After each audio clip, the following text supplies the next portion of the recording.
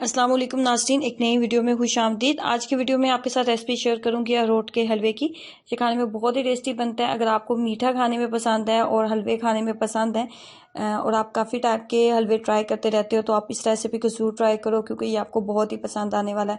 और बनाना भी इंतहाई आसान और सादा सी रेसिपी है। इसमें आपको कोई ज़्यादा मेहनत नहीं करनी पड़ेगी, ज़रूर ट्राई कीजिएगा। इसको बनाने के लिए सबसे पहले मैंने लिया 1 कप के करीब अखरोट लेंगे, और जितने आप मिकदार में आप अखरोट लोगे बिल्कुल उतनी ही मिकदार में आप दूध की भी जो क्वांटिटी है वो रखेंगे। दोनों की क्वांटिटी हमने जो है वो इक्वल लेनी होती है। 1 कप के करीब अखरोट लेने के बाद आपने क्या करना है कि जो दूध है आपके पास मौजूद है उसके अंदर अखरोट को भिगो देंगे और इसको 2 घंटे के लिए आप छोड़ देंगे। 2 घंटे अगर आप इसको टाइम देते हैं, इसको दूध के अंदर भिगो देते हैं, तो इससे इसका फ्लेवर जो है बहुत ही अच्छा आता है और ये बहुत अच्छी तरह जो है वो नरम हो जाता है। उसके बाद क्या करेंगे कि 2 घंटे जब गुजर गए हैं तो आपने क्या करना है कि दूध के अंदर से तमाम अखरोट जो है आप निकाल लेंगे और दूध को आप एक साइड पे रख देंगे। अखरोट जो है वो अब आपने निकाल देने हैं और दूध का आपने अभी इस्तेमाल नहीं करना। और इसको हैंड ब्लेंडर की मदद से या चॉपर में डाल के हम इसको जो है इसको पीस लेंगे। बहुत ज़्यादा पेस्ट के फॉर्म में हम इसको नहीं बनाएंगे, बस थोड़ा सा दानेदार हम इसको रखेंगे। बहुत ज़्यादा आपने इसको बिल्कुल क्रीमी पेस्ट में नहीं बनाना, थोड़ा सा दाना जो है इसके अंदर मौजूद रहना चाहिए। बहुत ज़्यादा क्रीमी पेस्ट में बना देंगे तो ये आपको खाने में इतना अच्छा टेस्टी आपको फील नहीं होगा।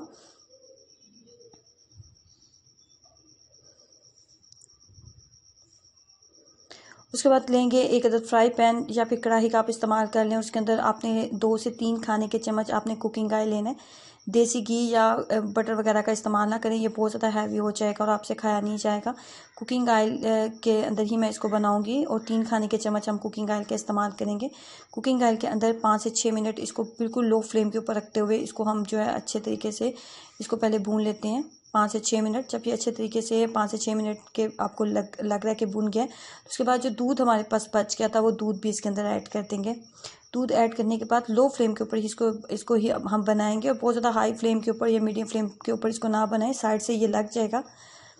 उसके बाद 4 बड़े खाने के चम्मच 4 टेबल स्पून मैंने इसके अंदर चीनी का इस्तेमाल किया।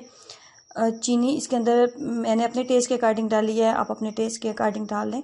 उसके बाद 4 बड़े खाने के चम्मच 4 टेबल स्पून मैंने इसके अंदर ड्राई मिल्क का इस्तेमाल किया। और ड्राई मिल्क के साथ इसका जो टेस्ट है बहुत अच्छा आता है। अगर आपके पास खोया मौजूद है तो आप खोए का इस्तेमाल भी कर सकते हैं। मैंने ड्राई मिल्क का इस्तेमाल किया इसके अंदर। लो फ्लेम के ऊपर इसको चम्मच चलाते रहेंगे और इसको इतनी देर तक हम पकाएंगे जैसे कि आपको वीडियो में नज़र आ रहा है कि घी जो है बिल्कुल अलग, कुकिंग ऑयल जो हमने इस्तेमाल किया था वो बिल्कुल अलग से आपको नज़र आने लगा है। ये इसकी फाइनल लुक होती है कि ये बिल्कुल रेडी हो चुका है। इसको मज़ीद हम नहीं भूनेंगे, मज़ीद हम इसको नहीं पकाएंगे। जैसे आपको लगे कि इसका जो कुकिंग ऑयल है अलग से नज़र आने लगा है तो आप फ्लेम को बंद कर दें। इस विंटर में इसको एक दफ़ा ज़रूर ट्राई करें, ये आपको खाने में बहुत ही टेस्टी लगेगा। थोड़ी सी महंगी रेसिपी है लेकिन ये खाने में बहुत ही टेस्टी बनती है, और स्पेशली ऐसे बच्चों के लिए बहुत बेहतरीन है जिनकी यादाश्त ठीक से काम नहीं करती, जिनको नज़र से काम की तकलीफ़ रहती है, तो ऐसे लोगों के लिए ये एक बहुत ही बेहतरीन रेसिपी है। सो ट्राई कीजिएगा और अपना एक्सपीरियंस मेरे साथ ज़रूर शेयर करें। वीडियो अच्छी लगी है तो लाइक करना और चैनल को सब्सक्राइब करना मत भूलें। अल्लाह हाफिज़।